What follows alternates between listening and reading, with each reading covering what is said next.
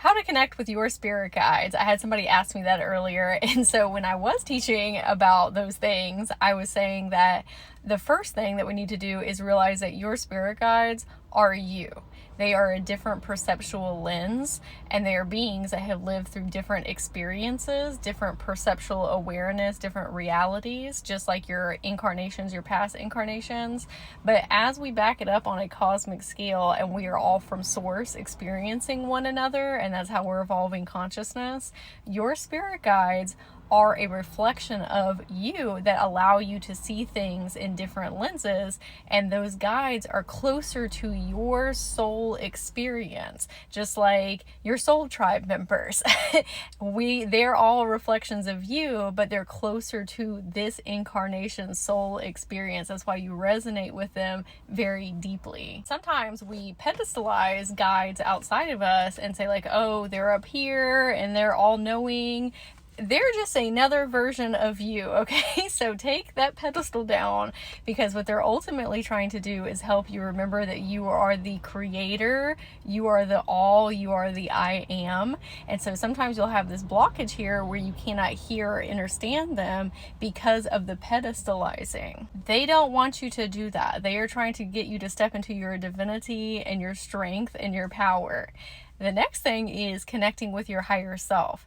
It's one thing to be talking to spirit guides that you don't really know their names or their energetics. It's a lot easier to talk to your higher self because it is a direct version of you sitting in a higher state of consciousness. So if you can learn how to channel yourself, you can channel these other beings a lot easier as well. How do we connect with our higher self and hear them? So a shortcut to that is healing your inner children, because when you heal them, you are teaching yourself how to become a higher self and how to embody those energetics and be in higher states of consciousness with them, which naturally opens up the channel for you to be able to hear this higher selves or other higher selves. You have many, okay? It works like a ladder system, but it allows you to hear them more clearly when you're teaching yourself how to do that. We need to embody our next version and figure out who that is.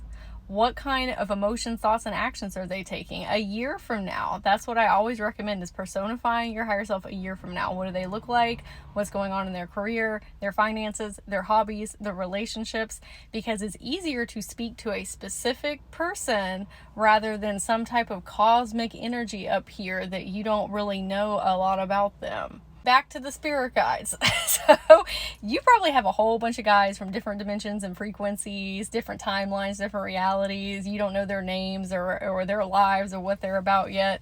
So I always suggested to pick specific guides to work with that are very popular guides, whoever you resonate with. Like it could be Archangel Michael or Kuan Yin or Kali or Ganesh or Lakshmi, Mary Magdalene, whomever that is for you, because there's so much information about these popular guides. You can go watch videos or read articles or do meditations to help you embody their energetics.